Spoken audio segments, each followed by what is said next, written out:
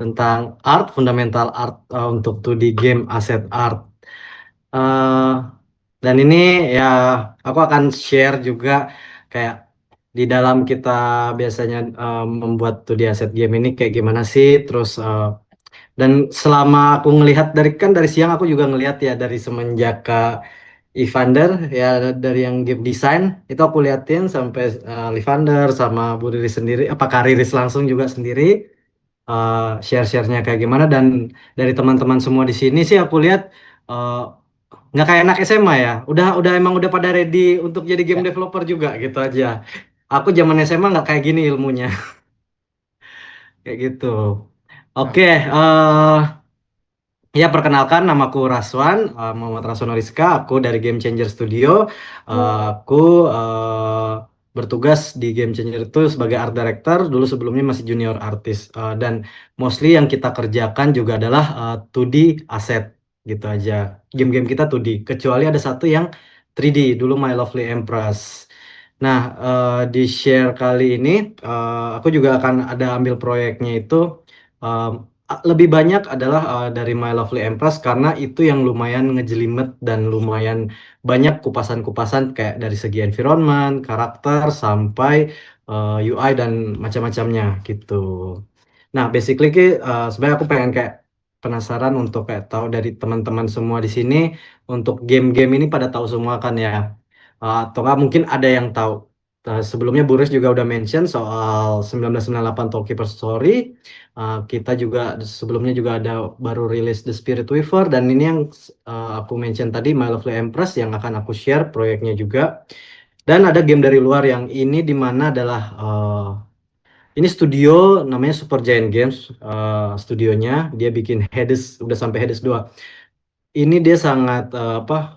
Dia sebenarnya gamenya 3D, tapi dia kuat dengan estetik 2D-nya sendiri, dan itu tidak hilang di 3D-nya sendiri gitu. Makanya aku masukkan ke sini.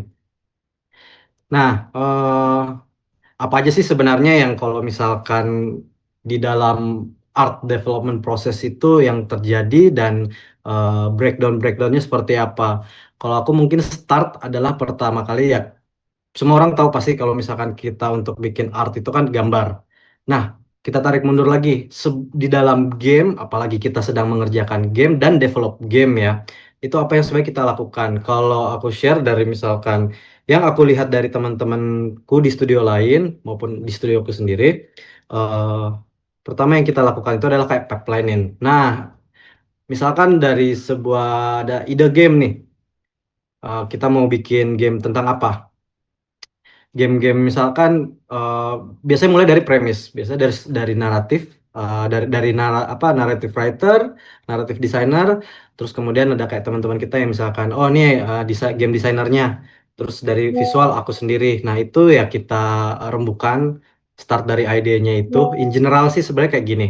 Idea, terus kemudian brainstorm, terus kemudian ya kita lanjut desain. Nah, desainnya itu eh, bisa diterapkan sepenuhnya atau dan fungsional, apalagi kan ini game yang dimana player itu pasti akan berinteraksi dengan produk kita sendiri gitu, terutama di art, apakah jelas kelihatan visualnya, nyaru nggak sama backgroundnya, nyaru nggak karakternya ini benar apa enggak, adakah cerita di balik si desain-desainnya ini kayak gitu. Nah, kalau misalkan dari segi ide, apalagi kalau misalkan untuk kita bikin eh, desain art desainnya sendiri ya, itu aspek-aspek yang kita bisa ambil dalam game itu ya tadi yang aku sebutkan, story, game design, bahkan kalau misalkan kalian ada kayak sound sendiri yang kalian oh di game ini kepikiran nih kemungkinan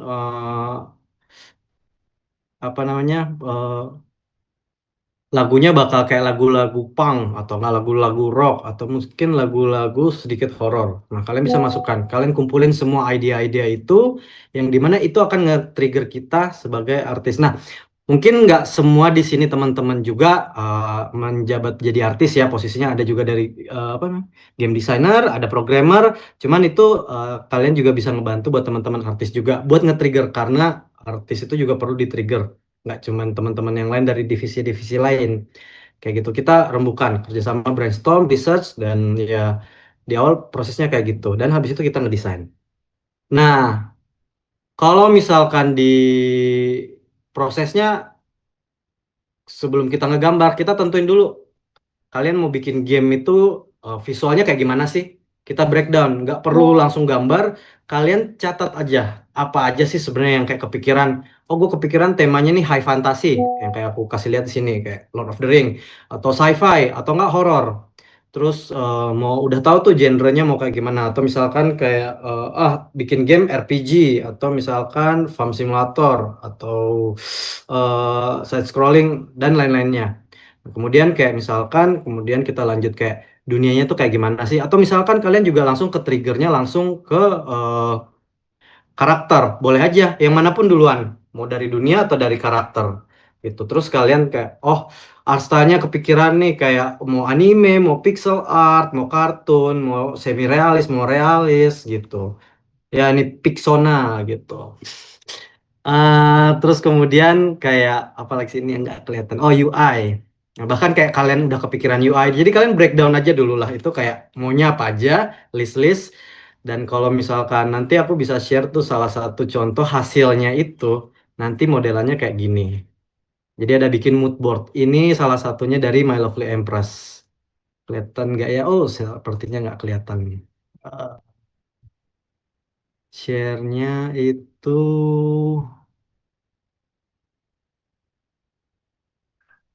salah satunya ini. Aku ambil contohnya. Ini adalah mood board dari My Lovely Empress. Secara besar sih kayak gini. Ini aku masukin semua. Ini ide-ide startingnya tuh ya bener-bener ambil comot-comot dari game-game lain. Aku ambil dari Avatar, terus kemudian aku ngambil dari ilustrasi-ilustrasi lain dan riset-riset lainnya.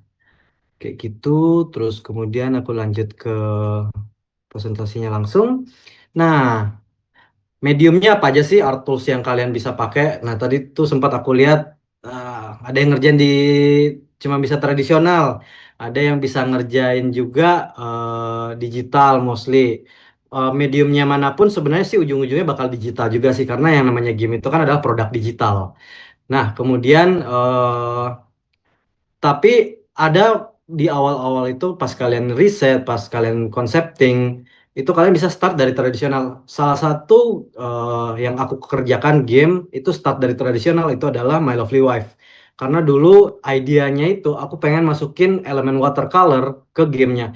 Dan itu gimana ya, aku susah recreate itu di digital.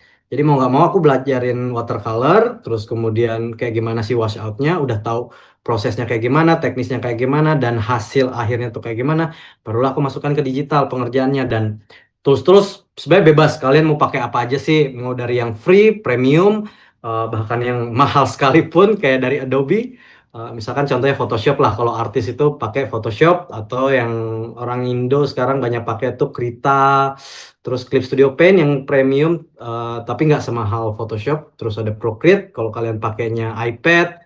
Ada juga yang free. Contohnya itu Fire Alpaca dulu pas aku sebelumnya juga pernah ngajar juga dulu. Kita pakai software-softwarenya yang free jadi yang bisa orang download nggak perlu bayar mahal lah gitu aja. Yang penting kan utamanya belajar gitu dan mengerjakan gambar. Intinya berekspresi, apalagi yang namanya artis itu ekspresikan.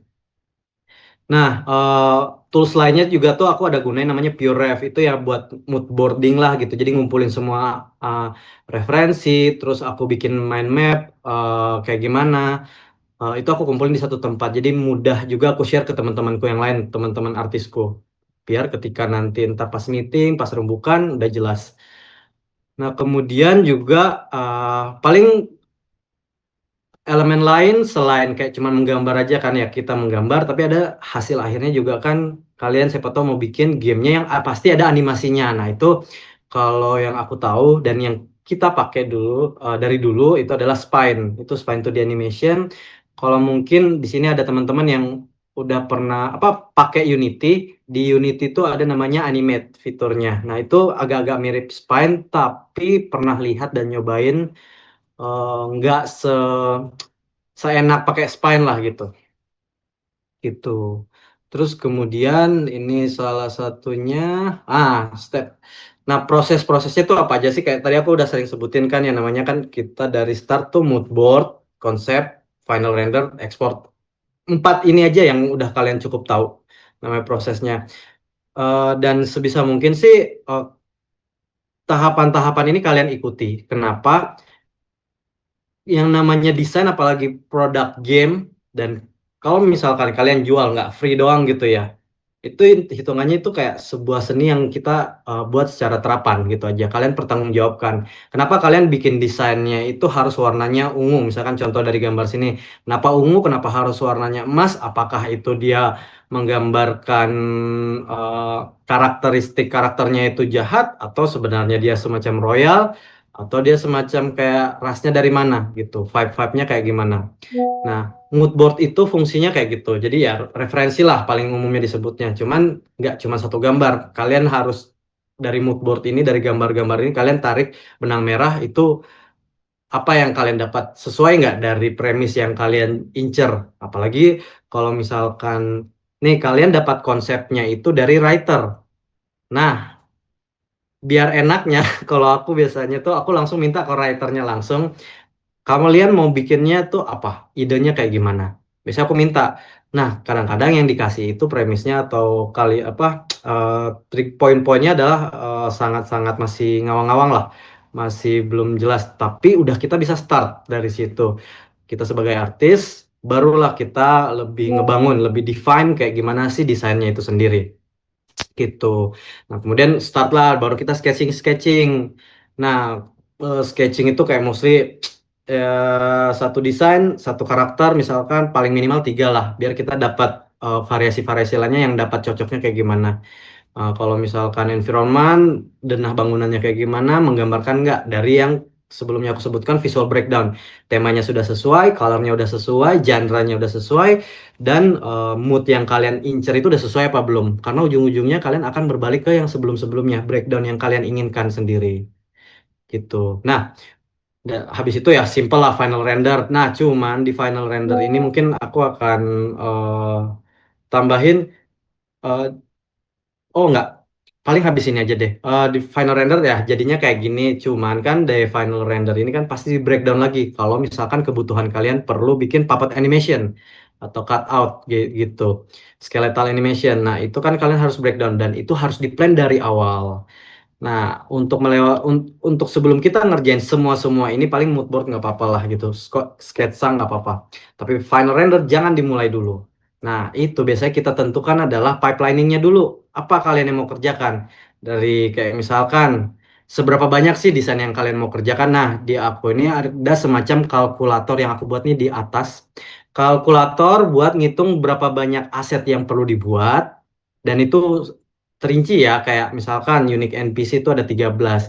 Nah, 13 ini emang satu satu karakter A doang, atau sebenarnya ada titik bengenya kayak misalkan oh perlu dia yang pakaian malam, dia pakaian siang, pakaian ke market, atau misalkan pakaian dia berperang kayak gitu. Ini kita breakdown, baru lantar semuanya kelihatan di situ ada berapa desain sih yang perlu apa berapa keluaran aset yang perlu kita ekspor. Baru setuju. Ini sebenarnya salah hitungannya karena nggak detail. Harusnya mungkin hitungannya sekitar 500 ekspor yang harus dikeluarkan. Terus kayak ya berapa lama pengerjaannya. Apalagi kalian di sini kan juga eh, dikasih time constraint. Mau rilis game kapan, mau buat marketing kapan, kita juga harus nentuin-nentuin kayak gitu. Jadi nggak cuma sekedar gambar aja.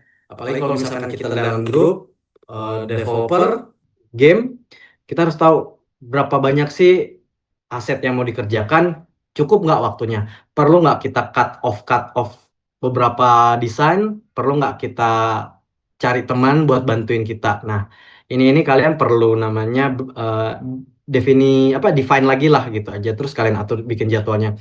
Ini sangat penting biar kalau misalkan nanti pas kalian ngerjain art nggak kejar-kejaran banget gitu. Nah, basic lah yang namanya di art itu fundamentalnya adalah balik-balik ke namanya prinsipal. Desain prinsipal apa aja sih?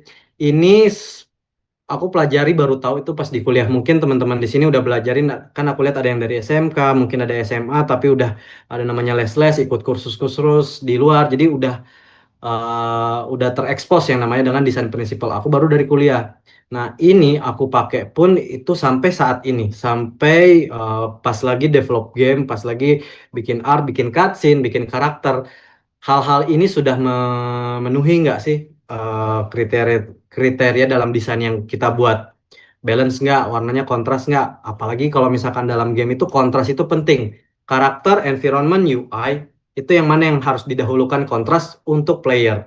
Itu utama. Dan hierarki. Ini paling hal-hal yang aku highlight adalah kontras, hierarki, dan salah satunya itu repetition lah sebenarnya. Apalagi kayak penggunaan-penggunaan UI gitu. Nggak banyak dari 12 prinsip 30 ya 12 prinsip desain paling kepake cuma 5 dan yang paling major sangat-sangat terpakai itu adalah tiga, kontras, hierarki, sama tadi aku bilang, oh sorry, bukan apa, variety, repetition lah salah satunya. Itu jelas apa enggak, harmoni juga salah satunya, tapi dua mungkin lah, bukan tiga. Desain principle ini sangat-sangat jadi apa namanya, jadi rules, golden rules buat kita para artis, dan nggak cuman artis, buat teman-teman yang lain ini bisa diaplikasikan ke nggak cuman para artis lah, pas kalian masukin game ke dalam animasinya sendiri itu kayak gimana juga gitu. Nah, ada juga namanya visual language. Nah, ini kan kita bikin game bukan buat kita, pasti for the sake of the player. Jadi kita bikin game itu eh, bukan kita doang yang nikmatin, tapi untuk kita jual atau orang-orang main, dan orang lain tuh harus mengerti kita bikin game apa sih, jelas nggak sih UI UI-nya, jelas nggak sih apa yang mau kita sampaikan dalam game ini, mau emosionalnya, mau pesannya, mau kayak misalkan ada semacam, aku ambil contoh di sini kan aku kasih rambu-rambu jalanan. Nah, kan nggak akan dinikmati cuman halayak Indonesia aja lah gitu aja. Pasti ntar ke global. Ada orang Jepang yang cobain game kalian, ada orang Korea yang nyobain game kalian gitu dari Krafton, ada juga dari Amerika, dari berbagai region di belahan dunia lainnya.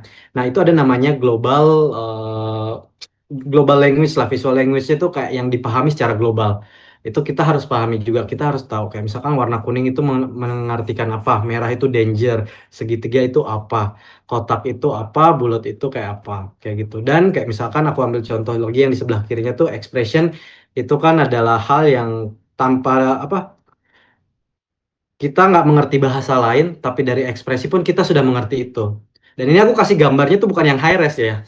Aku kasih gambarnya yang pecah. Ini pun juga sebenarnya juga salah satunya. Aku sengaja aku nggak mau cari gambar yang high res. Jadi kayak, nah, ketika gambar ini pixelated, apakah kalian bikin game pixel atau enggak game yang high definition gitu, high high resolution kayak gitu. Itu juga harus clear. Jangan sampai kayak satu satu game visualnya semua ada yang dia pixel, terus tiba-tiba pixelnya jadi lebih bagus, nanti ke depannya ke belakangnya jadi jelek lagi. Jadi bukan jadi jelek, jadi lebih pixelated lagi. Konsistensi itu kita mesti pertahankan juga dari segi visual gitu. Kemudian ada shape language. Shape language ini juga yang apa, biasanya dari bentuk-bentuk dasar kayak tadi aku bilang sebutkan, kayak kotak itu biasanya lebih ke arah untuk enggak, paling gampang gini deh, segitiga. Segitiga pasti kayak danger, tajam, atau enggak mengarahkan ke suatu hal, atau enggak speed juga bisa salah satunya. Kotak adalah kokoh, terus bisa diandalkan. Bulat misalkan lebih soft, lebih kayak eh, mungkin kayak hero lah gitu aja. Terus unyu juga, misalkan aku ambil contoh kayak dari Bubbles nih yang Powerpuff Girl. Nah, ini salah satunya. Dan kayak shape language juga, misalkan bentuk segitiga itu banyak dipakai di karakter-karakter atau environment yang lebih ke arah masuknya antagonis kayak gitu. Apa namanya, kita nyebutnya kayak karakter, wah penjahatnya nih, pasti nih. Kenapa bisa langsung kita sebut kayak gitu? Belum tahu ceritanya. Oh, dia karena kayak nenek sihir, hidungnya segitiga, terus armornya tajam-tajam. Itu salah satu bentuk yang tadi aku bilang, eh, secara global orang langsung tak paham tanpa kita lihat bahasanya apa, kayak gitu. Nah, kemudian tuh ada namanya juga kayak color theory. Kita salah satu fundamental yang paling penting adalah color. Color itu juga yang menceritakan dari segi-segi warna tadi, kayak kuning itu apa, merah itu apa, dan itu ketika dikombinasikan dengan semua kayak lightingnya, shadingnya, jadilah mood. Satu di sebelahnya ini aku ambil nyomot dari Google, cuman ini paling paling paling gampang nunjukin kayak atmosferiknya dapat, kontrasnya yang tadi aku bilang di 12 prinsip desain dapat juga. Secara kita lihat gambarnya juga udah clear ini apa, karakter di mana posisinya, dia ngelihat kemana, apa goalnya dia, kayak gitu. Kita bisa bisa lihat di sini kan ada karakter, dan dia itu di belakangnya adalah apa namanya, ada bulan, terus warnanya juga lebih terang, artinya fokus utamanya adalah di sini. Kemudian ada fokus besarnya, keduanya adalah si bangunannya ini, karena ya nggak ada objek-objek lain yang lebih emphasize gitu di ilustrasinya ini. Nah, yang sebelah kanannya ini adalah dari salah satu scene di My Lovely Empress. Nah, ini aku yang aku sama temanku buat itu juga di sini kita harus jelas clear yang mana sih fokus utamanya. Kayak di belakangnya itu ada patung, ada kayak monster creature, tapi karena dia nyaru banget, nyatu banget sama background, itu bukan bagian yang penting. Yang paling penting itu adalah yang kami kasih cahaya sendiri. Itu kayak semacam highlight, kayak ini loh yang penting loh. Nah, ini adalah ceritanya tuh kayak ke jiwa istri dari karakter utama, dari karakter player yang harus dibangkitkan kayak gitu. Nah, kemudian macam-macam aset di apa tuh di aset dalam game itu apa aja sih? Eh, kita semua udah tahu juga lah, paling simple itu adalah environment, karakter, props sama UI, ya kan? Karena UI itu kan user interface ya, yang player akan berinteraksi, dia interaksinya kayak gimana tuh harus jelas. Nah, environment juga nggak sekedar kayak kita, kalau di 2D itu nggak sekedar kayak cuman kita gambar, udah plek, taruh aja gitu, satu gambar. Enggak. Kita ada breakdown, kita juga ada namanya kayak, kita mesti bagi namanya, mungkin eh, kita bagi secara grid.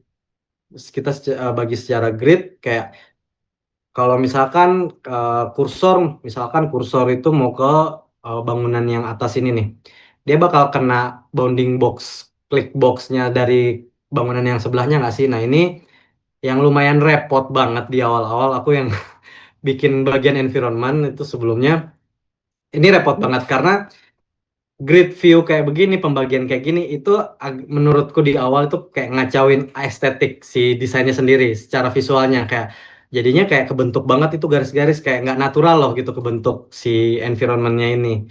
Cuman ya dari grid-grid ini aku kayak kelihatan, oh ada ruang bisa aku geser agak mendekati misalkan kotaknya yang bawah kiri ini. Terus yang atas ini juga nggak bakal terlalu kena banget bounding boxnya kayak gitu. Nah, jadi kayak ya dengan apa yang ada di sini kan, aku harus manfaatin apa yang ada gitu dari grid view ini. Dan ini juga berfungsi untuk programmer, tim programmer kayak ketika dia mau bikin controller gitu, joystick. Kayak gimana sih kalau misalkan dia pencet kanan itu, apakah dia dari sebelah sini ke kanan sini atau sebenarnya ke sini gitu. Dia muter. Nah, itu juga perlu kita tektokan sama tim divisi lain, departemen lain kayak gitu. Nah, jadi kayak emang tahap awalnya ya planning, concepting, kayak gitu. Nah, terus kita breakdown juga. Ada namanya aset secara sprite-nya tuh yang individual kayak begini, yang kayak bangunan-bangunan gini. Ada juga yang sprite yang kayak bisa dibilang yang emang background yang kita taruh di belakang. Kalau misalkan backgroundnya ternyata apa ya? Ternyata backgroundnya itu ada parallax. Nah, kita mesti cut-cut lagi tuh, kita breakdown lagi. Ada bagian atas, bawah, kanan, kiri. Jadi biar kalau misalkan kameranya gerak atau misalkan kursor bergerak, ada ilusi kalau misalkan ini ada jarak. Apalagi kalau misalkan warnanya makin ke belakang tuh makin pudar, makin pucat kayak gitu. Terus ada juga di environment nggak cuma bagian luar, eksterior, tapi ada juga interior. Kalau misalkan emang game kalian tuh semuanya ada yang kayak, kalau misalkan kayak RPG lah bikin, kan mostly di eksterior, tapi ada juga yang di interior tuh kayak dungeon apa-apa kayak gitu kan, ruang lingkupnya kayak gimana, dan kalian harus muat-muatin karakter-karakter yang perlu dimasukin ke dalamnya kayak gitu. Nah, kemudian karakter ini juga pembelajaran buat aku pas awal-awal pertama kali terjun ke industri game. Itu aku bukan sebagai 2D game artis, tapi sebagai ilustrator. Dimaki-makilah aku pas awal-awal bikin, gampang lah bikin gambar doang nih, gambarnya gue bagus nih. Ternyata nggak kepake, di scrap semua. Kenapa? Karena nggak jelas tingginya, terus nggak jelas yang tadi warna-warnanya, asal bikin aja gitu. Terus nggak ada maknanya, terus nggak di breakdown, dan kayak misalkan nggak sesuai kebutuhan gamenya. Itu lebih ke arah idealisku sebagai artis pertama kali masuk gitu. Nah, ada namanya juga kayak yang aku pelajarin selama pengalaman aku jadi game developer sebagai artis. Kadang tuh ada aset yang kita mau nggak mau, misalkan di dalam game nanti ujung-ujungnya dia kan cuman kelihatan setengah badan. Nah, ini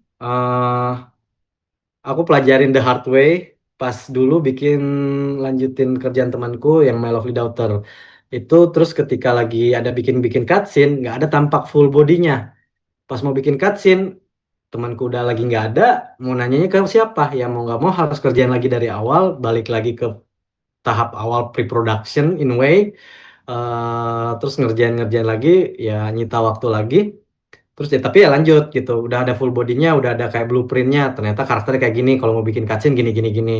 Nah itu tuh semua kayak misalkan kayak gini, jangan pernah namanya kayak kita bikin bikin aset game setengah-setengah. Maksudnya setengah-setengah itu kayak cuman untuk di dalam game aja. Kalian bikin juga untuk keperluan nanti ntar bagian marketing, bagian kayak misalkan ada artis lain yang bagiannya dia itu cutscene ilustrator. Nah, dia kan perlu tampak-tampak lainnya, tampak depan, belakang, warnanya, breakdownnya kayak gimana gitu. Itu juga kita breakdown kita perjelas dan kayak sebelumnya apa Kak Riris juga pernah apa tadi mention waktu kita seberapa banyak sih, time constraint kita seberapa banyak sih, dengan resource kita seberapa banyak. Resource as in kayak misalkan kita para artis ada berapa orang sih.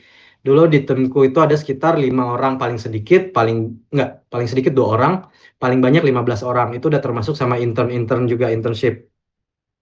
Nah, itu dulu karena banyak artis yang sampai 15, pusing tuh aku ngurusinnya juga. Tapi enaknya untuk bagi-bagi kerjanya gampang. Jadi kayak ini bagian yang lebar, cuman kalian udah nggak perlu mikir, gambar aja.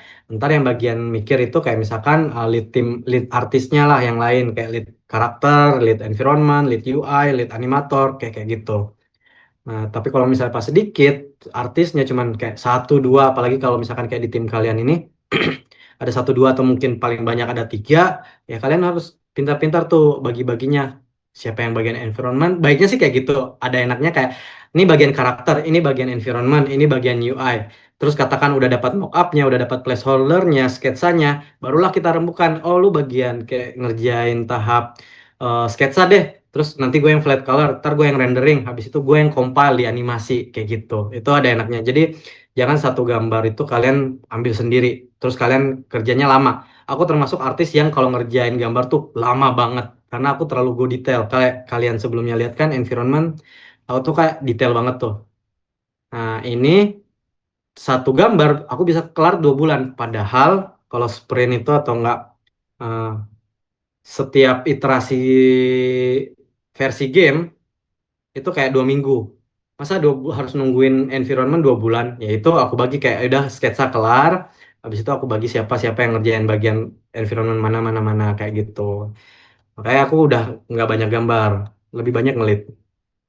Nah, kemudian ada kayak macam props. Props itu apa aja sih? Kayak kalian bikin game, ada karakternya bawa item tertentu atau bawa semacam item mission atau misalkan senjatanya juga termasuk, atau enggak pakaiannya, dari pakaiannya topi-topinya yang bakal bisa dicopot, diambil, dibuang, dikasih ke karakter lain. Bahkan kayak misalkan logo-logo juga itu harus apa? Bagian props itu ya perintilannya banyak banget deh gitu. Tapi yang kayak begini biasanya dikerjakan kayak agak terakhir-terakhir lah gitu. Kemudian ada kayak UI. Aduh, ini gambarnya kepotong. Ya UI kayak gini juga salah satunya. Ini harus jelas kayak gimana sih bentukannya juga gitu. Nah, aspek-aspek teknisnya itu gimana ya? Aspek teknisnya itu paling simple itu kayak aku selalu breakdown cuman dua, format sama resolusinya itu kayak paling sering yang dipakai itu adalah PNG. Kenapa? Kalau misalkan nanti kalian breakdown, apalagi masukin ke Unity, kan harus transparan dong. Nah itu ya PNG udah jelas lah, itu semua itu udah orang udah pada ngerti lah, apalagi yang di game. JPEG itu kayak misalkan kalian buat ringanin ringanin filenya, GIF paling jarang kepake gitu. Nah, paling saran dari aku nih salah satunya mengenai resolusi ya untuk teman-teman artis, kalian kalau misalkan ngerjain ngerjain gambar jangan pernah sesuai apa permintaan katakan programmer atau permintaan engine game yang kalian apa pakai. Kayak misalkan oh mau ngerjain di mobile nih, untuk keluarannya mobile game gitu. Paling ukurannya 80 pixel, 80 kali 80 pixel atau enggak paling gede mungkin 1200. Nah, terus kalau ketika kalian butuh itu untuk promosi, marketing, atau misalkan bikin spanduk, bikin banner, kalian pameran gitu, nanti ntar di Korea pas lagi acara Krafton, gambar kalian tuh cuman dimensinya kayak 1200, pas digedein pecah. Kecuali kalian bikinnya di vektor, ya nggak masalah gitu. Nah, kalau misalnya gambar kekecilan, nah itu bahaya. Makanya biasanya aku ada rules biasanya di studio, atau mungkin artis pada tau lah, kalau bikin gambar itu usahakan ekspornya katakan ya 3840 ini kali 2160. Yang kalian kerjain di kanvas kalian itu dua atau tiga kalinya. Ya semoga laptop atau komputer kalian kuat, atau enggak pakai DPI-nya 300. Nah, keluarnya nanti 72 yang lebih kecil. Jadi kayak lebih ringan lah. Biasa filenya paling cuma 100 kilobyte, tapi kalau yang 300 DPI bisa sampai 5 giga. Kayak begitu. Simple kalau misalkan kayak gini. Nah, hal lainnya juga ada yang ini mungkin tipis-tipis lah dasar animasi inilah gitu. Kalau di animasi itu kan ada dua. Kalau misalkan tuh di game, secara basicnya itu kita mau ngerjain frame by frame atau skeletal. Nah, ini dulu aku pernah ada ngerjain yang gamenya nggak lanjut di shelf itu, Here Comes the Hero. Ini kita bikin frame by frame. Aku pertama kali lagi belajar animasinya lagi, lumayan rempong juga, apalagi banyak macam-macamnya. Nah, tapi berasa kayak kita lagi bikin anime lah gitu. Apalagi pas lagi ini game fighting dulu kita mau coba bikin, kita prototype. Nah, kalau kan aku dan tim-timku, teman-temanku artis yang lain tuh nggak ada yang bisa 3D, ya kita akan go ke 2D. Nah, 2D-nya juga kita nggak mau turunin kualitasnya dan nggak mau kalah sama orang-orang 3D, ya kita jor-joran lah, kita bikin frame by frame kayak gitu. Terus kemudian ya karena lumayan takes time, banyak banyak nyita waktu kita ngerjain, kita kayak oh masih ada kerjaan, tadi kan udah lihat ada 207 desain yang harus kita kejar, belum lagi cutscene-cutscene. Kita habis waktunya tuh ngerjain frame by frame, ya udah kita beralih ke skeletal animation, yang dimana kita pakai tadi kan ada aku share toolsnya itu kita pakai Spine, atau enggak kalau kalian mau coba di Unity ada namanya Animate. Nah, terserah mau pakai yang mana. Nah, itu kayak oh karakternya itu emang kita breakdown, kita cut out, jadi emang kayak wayang. Nah, kita bikin lah versi yang fullnya. Nah, terus dari sketsanya kita udah breakdown juga. Nanti dan kita udah konsul ke animator, ke programmer, mau bikinnya kayak gimana, animasinya kayak gimana, gerakannya kayak gimana, referensi dan mood boardnya kayak gimana sih video animasinya itu. Eh, Bilang oh tangannya ntar bakal gerak, terus kayak misalkan senjatanya nih apa namanya, javelinnya, staffnya ini nggak bakal copot dari tangannya, atau nggak dia main-mainin, ya udah disatuin sama tangannya. Terus nggak bakal pernah kelihatan matanya sama sekali. Ya udah kalau gitu nggak perlu di breakdown antara kepala sama blindfoldnya. Ini karakter Succubus dari My Lovely Wife. Ini salah satunya. Kita bikinnya kayak angel dia, tapi sebenarnya demon. Karena Succubus masih demon kayak gitu. Nah, terus kemudian ya udah habis itu keluaran hasilnya ya bentuknya sprite kayak gini. Nah, ini kan kalau kalian lihat kan PNG udah jelas. Terus kita karena di Spine itu ada namanya butuh JSON yang dimana itu juga dipakai di Unity. Aku nggak terlalu tahu teknikalnya karena itu animatorku yang lebih jelas paham. Cuman kita yang para artis-artis ya bukan animator dimintanya yang penting ada PNG-nya, ada namanya blueprint-nya, kayak kalau misalkan disatuin semua aset-asetnya ini bakal kayak gimana sih. Nah, ini kita kasih nih, ntar dia nyocokin sama tiap ekspresinya, ini ada tiga ekspresi, idle, pain, sama smile, atau enggak positif dan negatif. Terus kita kasih keluarannya JSON juga salah satunya gitu. Habis itu dianimasin sama animator. Berapa lamanya ya biasanya dia 5 harian kayak gitu. Nah, nah ini sebenarnya sih in a way paling jelasnya kayak eh, di dalam balik ini lebih ke arah tarik mundur atau enggak refresh lagi aja yang apa yang udah aku jelasin tadi, terus disimpulkannya intinya art itu eh, kalau di kita tuh kan pasti terapan, pasti akan yang akan dilihat sama para player sendiri, akan dilihat sama para player, mereka akan berinteraksi dengan desain dan art kita. Nah, itu estetiknya kayak gimana, ada nggak kita self expression lah yang kita mau tuangkan di situ, dari segi cerita gamenya, lore gamenya, atau emosi gamenya sendiri, atau ada pesan-pesan tertentu yang kita mau tuangkan di dalam desain-desain yang kita buat, yang inspire, terus kayak misalkan kayak yaitu raise question, interpretnya bisa macam-macam orang, tapi kan kita harus ngefokusin, kita bikin game tentang kayak tadi Bu Aris ngomong 1998 tentang dilema kayak para rakyat biasa harus berjuang di tengah-tengah hiruk-pikuk politik lah gitu dan tentara dan polisi dan macam-macam lah gitu dan para massa yang berdemo.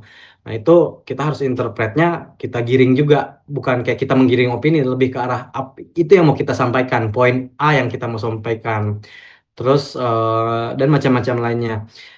Nah, itu kan agak sedikit bisa diinterpretasikan macam-macam. Itu adalah art. Nah, cuman kalau misalkan bedanya desain, art sama desain itu agak berbeda ya. Sama-sama satu grup, tapi art itu lebih ke arah art style. Makanya tadi aku bilang art become art style. Dia estetiknya. Dia yang secara orang lihat sangat subjektif. Kalau desain itu objektif. Kita bisa nilai dengan fungsinya kayak gimana, motifnya kayak gimana, terus dia ketika eh, si desain ini men-solve problem nggak? Terus mudah dimengerti orang nggak?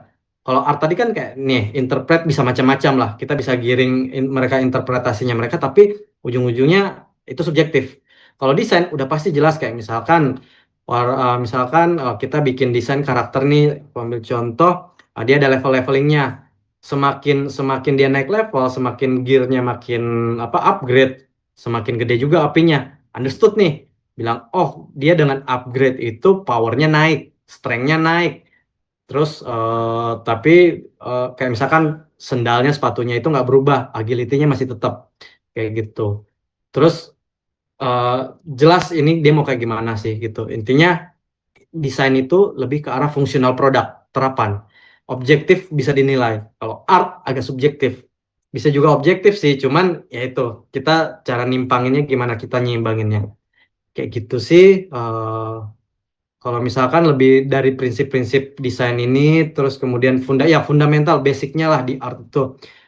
Teknikalnya tadi kita udah jelas lah. Semua itu kayak dari sketsa, terus dari konseptingnya juga kayak gimana, flat, bla bla bla dan lain-lainnya tadi gitu. Dari aku sih paling untuk introduksinya sih share-nya utamanya gitu. Nah, nextnya sih sebenarnya aku lebih ke arah kayak kan kemarin dibilang ada sedikit mau apa ya namanya eh share soal kayak gambar lah. Aku kayak ngepraktekin. Ketimbang aku ngepraktekin itu juga lumayan banyak bikin apa ya namanya nyita waktu. Aku akan share aja kalau misalkan di kami itu. Nah, tadi kan aku ngomongin soal. Nah, ini kita pakai Clip Studio Paint ya. Ada juga pakai Photoshop.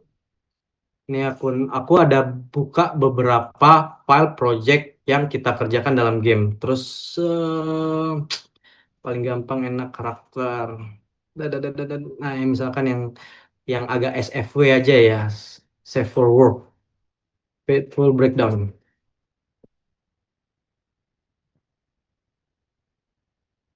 Ini sebentar mana ya? Oke, aku share screen aja langsung. Nah, ini salah satunya. Nah, tadi kan aku ada sebutin soal resolusi ya. Nah, ini kan kalau misalkan dalam game kan aku kan pakainya itu kan 3840 kali 2160 4K lah, ya kan? Tapi kalau misalkan dilihat di sini karakter yang aku buat ini,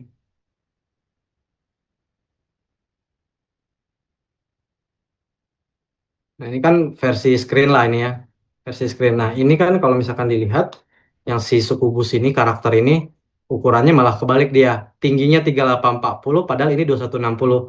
Aku emang bikinnya gede karena ntar ini bisa dipakai buat promotional art. Terus kayak misalkan kalau misalkan karakternya ini nanti mau dipotong-potong, ambil contoh paling gampang, dia mau dimasukin ke sini karakternya. Nah, misalkan kita mau kecilin, dia masih high res nanti kelihatannya. Satuin lagi deh. Nah, kayak gini. Nggak pecah. Karena dari awal karakternya itu udah high res banget. Nah, kayak begini. Kenapa tadi aku mention, aku ngasih tips kalau misalkan kalian ngerjain itu di kanvas kalian gedein lagi. Dan, nah, yang namanya satu desain juga, satu misalkan kayak karakter suku bus ini, itu nggak dikerjakan sama satu orang. Ini seingatku ada 3 orang yang ngerjain satu gambar ini, satu work file ini. Itu ada yang bagian sketsa, aku sendiri, Karena konsep artisnya aku sendiri tuh yang kayak ini tadi aku lihatin, kelihatan ini ya harusnya. Nah, ini sefokusnya aku bikin beberapa iterasinya kan tadi aku bilang 2 sampai 3. Ini aku bikin ada sekitar 6 lah. Terus aku lebih perjelas lagi, lebih define lagi, terus warna-warna juga aku breakdown perkiraannya kayak gimana. Habis itu karena aku gambar itu lama, aku serahin ke temanku yang gambarnya itu cepet banget. Ya udah, dia ngerjain lah flat colornya, dia ngerjain line artnya, terus dia ngerjain flat colornya.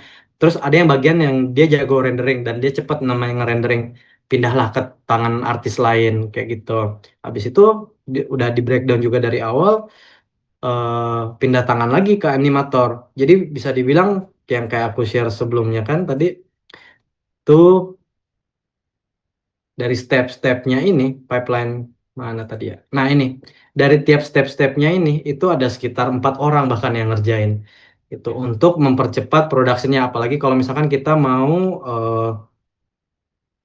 paralel bilang oh udah ngerjain ini nih ntar kayak misalkan oh karakter cukup misalkan sketsa dulu aja dimasukin di dalam game itu nggak masalah kalian masukin placeholdernya kayak gitu.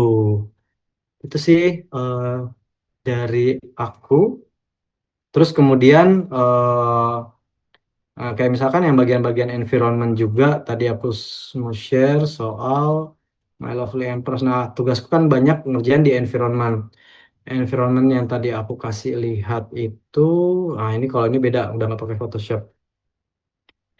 Nah ini tadi kan prinsip-prinsip desain, terus kayak misalkan ada namanya kita bikin moodnya kayak gimana. Dari yang gambar yang aku tadi presentasikan dengan hasil akhirnya itu lumayan beda jauh karena di sini moodnya udah dapat. Kita mau bikin negara yang sangat misterius lah gitu. Ini sepertinya, oh ini cuma revise color doang. Versi breakdownnya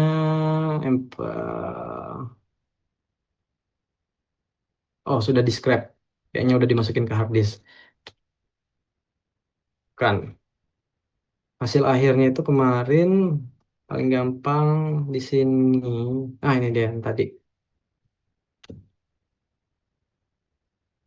Ini agak berat ya filenya. Ini 99, ada yang kemarin aku pernah tembus 150 megabyte untuk satu gambar doang.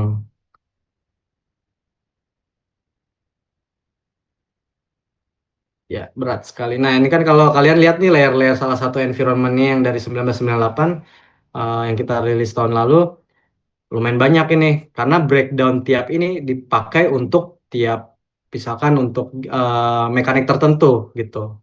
Aku jelasin yang tadi lah misalkan ini kayak katakan wah ini aja udah lelet nih laptop pun ntar lagi meledak. Kayak misalkan buat buka tutup toll booth kayak gimana itu kita udah pisahin terus jadi emang satu satu kanvas ini isinya banyak banyak desain. Terus kalau misalkan ntar keluarin apa namanya keluarin uang cek cek karcis cek cek plat cek cek dokumen itu juga udah kita breakdown di sini dan itu emang kita folder-folderin dan yang namanya folder-folderan dan uh, naming layer itu juga dibilang capek, yes capek. Tapi kalian cukup namain juga yang utama-utamanya karena kenapa? Ini nggak cuma dipakai buat artis, ini akan dipakai sama buat para programmer juga yang masukin gambar-gambar kita ke dalam game engine, mau Unity, mau Unreal, mau apapun itu. Karena mereka harus tahu spesifik ini apa sih, komunikasinya itu harus jelas. Jadi kalian dari naming file itu juga perlu naming convention lah istilahnya kalau kata game designer sama game programmerku dulu. Itu harus jelas kayak gitu. Kita artis biasanya terlalu kayak udah yang penting gambar aja nih udah terserah kalian yang mau lempar. Nah, itu jangan ya, jangan kayak gitu. Itu aku udah pernah ngelewatin kayak gitu dan itu berantakan banget. Akhirnya pada banyak berantem. Ini kenapa saling salah-salahan kayak kayak gitu. Gitu. Apalagi tadi yang soal Kingdom. Nah, ini juga yang tadi aku mention soal grid kan. Pas di awal-awal dulu tuh ini ah ya ini naming layer yang nggak bagus ya. Nah, ini dulu kalau misalkan yang aku mau sih itu dulu tuh kayak modelannya nah Yogo Hall. Ini dulu aku maunya kayak begini, geser banget. Jadi lebih natural kesannya atau enggak ini di atas ini. Terus ukurannya kecil. Cuman kalau misalnya kecil kayak gini, nggak kelihatan sih karakter-karakternya atau enggak player susah ngekliknya. Mau nggak mau emang harus kayak agak-agak semi ortografik, nggak perspektif banget karena ujung-ujungnya Ini tuh kayak kita bikinnya, mikirnya kayak, ah ada nih logikanya di dalam in game tuh kayak gitu. Nggak perlu harus realistis banget lah gitu. Tapi aku usahakan dia masih natural lah kelihatannya, ada perspektifnya. Bangunan yang di belakang kalau dibandingin sama bangunan yang di depan secara ukuran aset dan dimensi itu sama.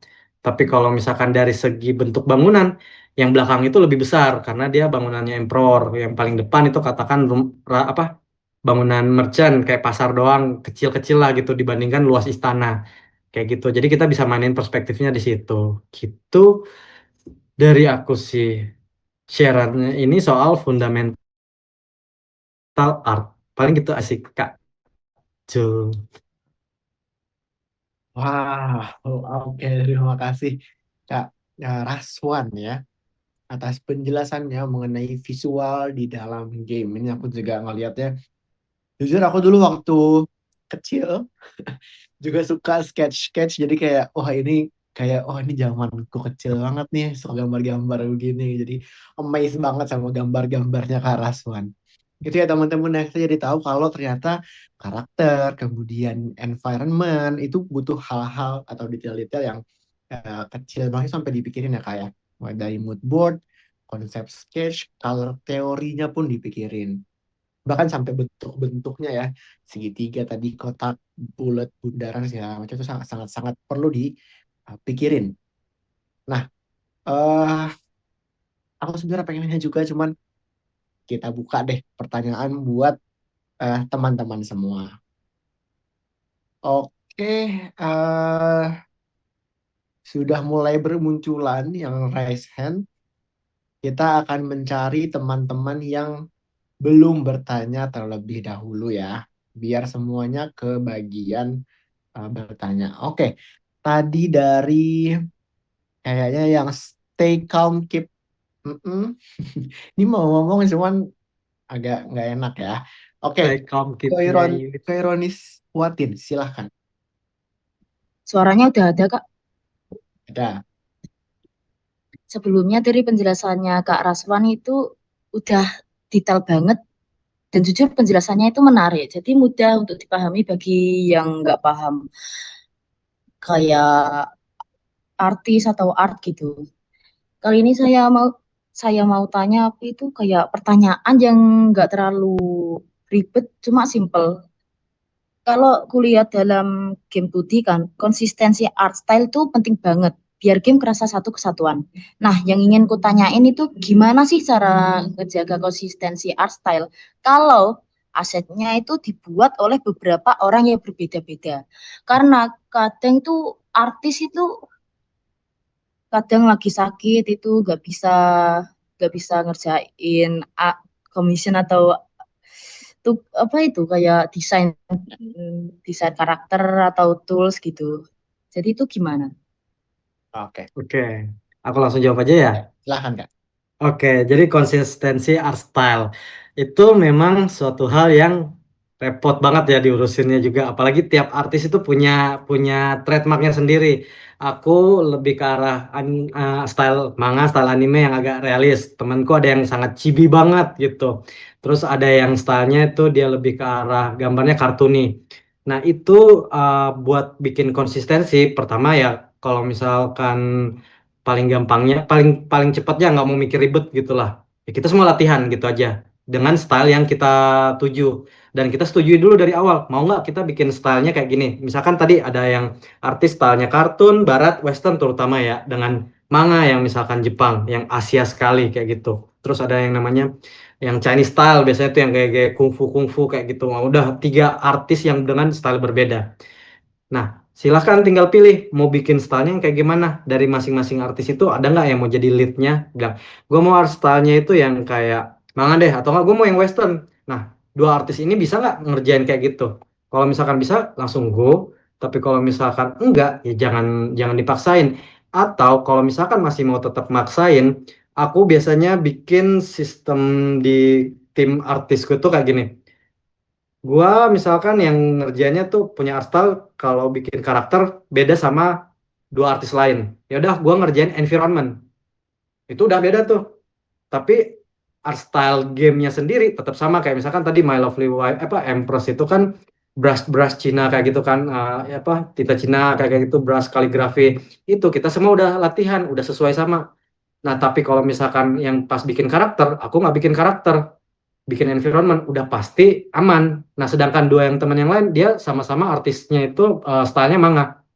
Ya udah, yang siapa yang mau ngerjain kayak karakter utama, ya udah yang karakter utama satu artis aja, sisanya karakter NPC atau enggak karakter-karakter yang nggak terlalu kelihatan jelas mukanya, atau bahkan cutscene.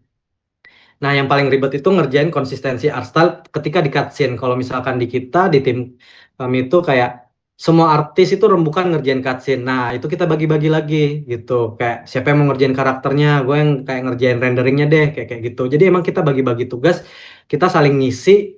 Kayak aku lemahnya di mana, ya udah dibantu sama yang lain. Aku kuatnya di detail, ya udah aku ngerjain detail, kalian ngerjain yang lebih cepat, kayak gitu sih paling. Dah. Baik Kak, terima kasih atas jawabannya. Sama-sama. Oke. Thank you, Koironis Watin. Selanjutnya, ini mungkin perempuan lagi ya. Ada dari, tapi nggak tahu ini perempuan atau laki-laki ya. Ada dari Arkala, SMA N1 Wonosobo, Chris Safira. Boleh, silakan Chris Safira. Apa saya udah bisa Ah, didengar? Sudah. aman. Ya.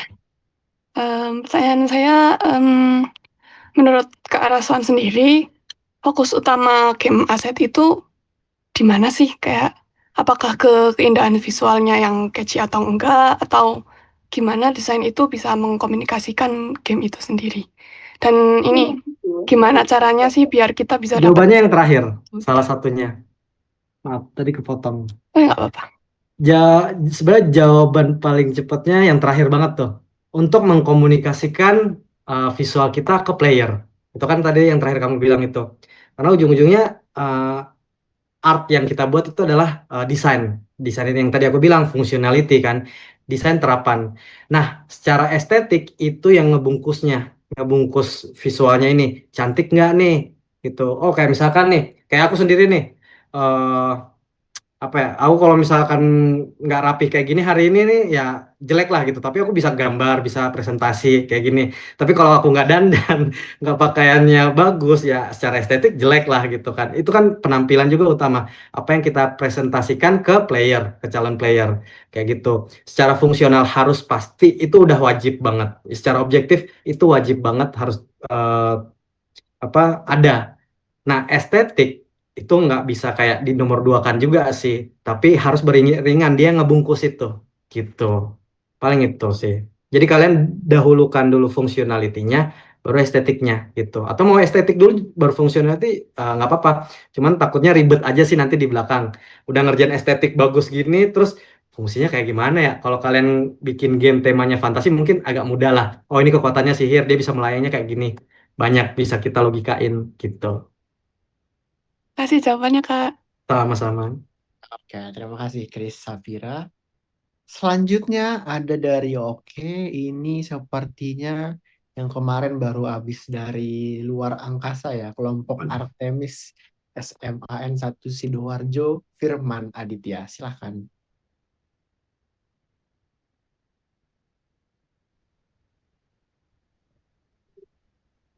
Bisa dinyalakan mic dan kameranya, Firman Aditya. Suara saya Oke, udah siap. kedengaran, Kak. Sudah, Ya, sip.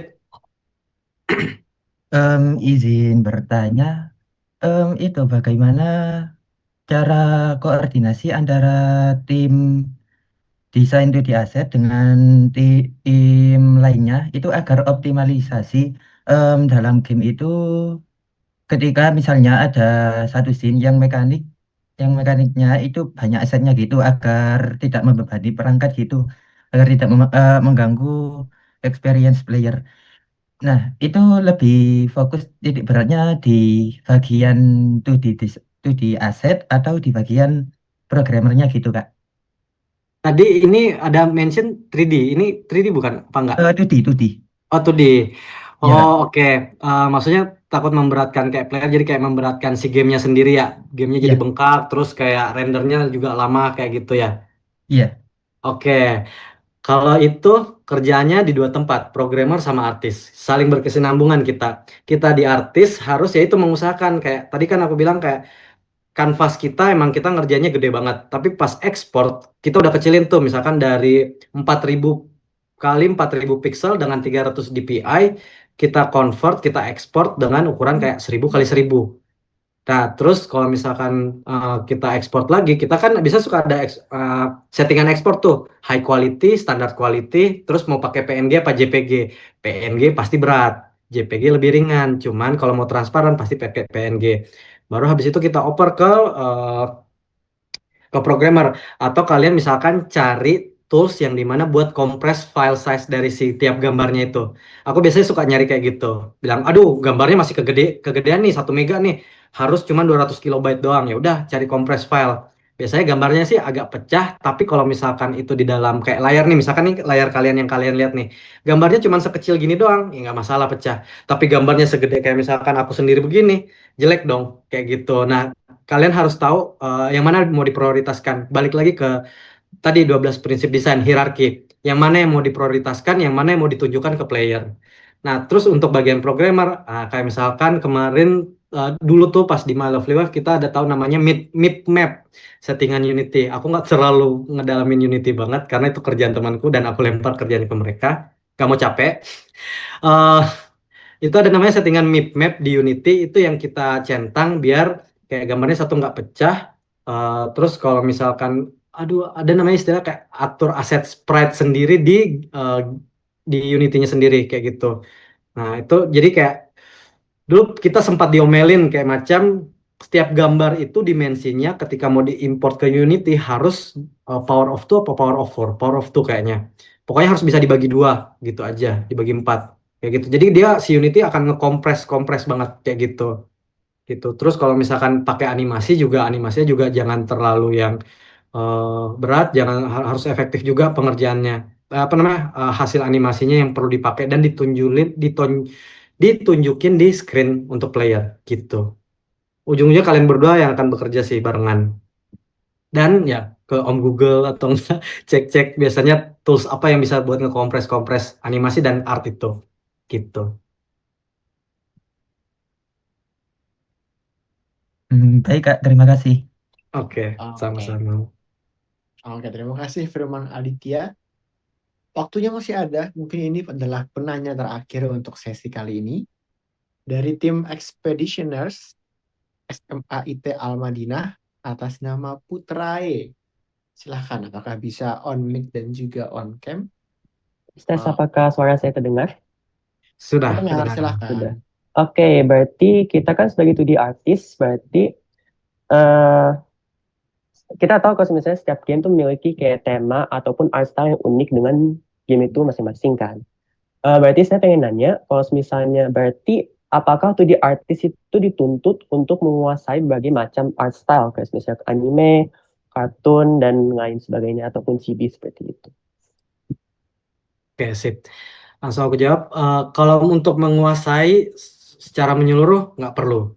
Tergantung kalian mau bikinnya apa. Kalau misalkan kalian cuma mau bikin game dengan art style manga, aku balik lagi, atau enggak western cartoon, atau enggak misalkan yang kayak contohnya western cartoon tuh kayak si Cuphead kemarin. Atau enggak kalian ya lihat di industri lagi trennya apa sih art style yang menarik gitu. Pixel art. Ya kalian udah kuasainya itu aja.